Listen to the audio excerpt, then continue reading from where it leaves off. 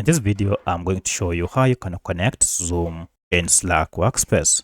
So the easiest and the best way to connect Zoom in your Slack account is to go ahead and install it. If you find this video helpful, I'll kindly request that you support me by liking the video and also by subscribing to my channel. Alright, so the first thing you need to do is to go ahead and open your Slack Workspace and then head down here to Add Apps.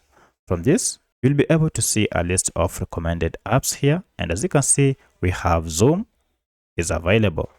Alternatively, you can just go ahead and search any app by category or name, and you should be able to find it. Now that I have my Zoom here, I can go ahead and add this Zoom so that I can schedule or even start meetings directly from Slack. To add it, go ahead and click on it, and then this will open a new tab, and then we have an option to add to Slack here. At this point, once you click on add to Slack, now you can go ahead and choose the option whether you want Zoom for all members or Zoom for yourself. You're told if you add Zoom for all members, then your entire organization can use Zoom in specific Slack workspace. However, you have to note that Zoom admin permissions are required. On the other hand, if you choose Zoom for yourself, it means only you can use Zoom in specified Slack workspace.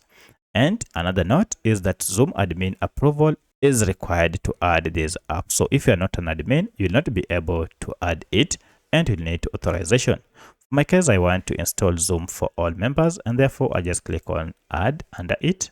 And this will take you to the final step where you'll have to sign in to your Zoom account for you to be able to complete this step.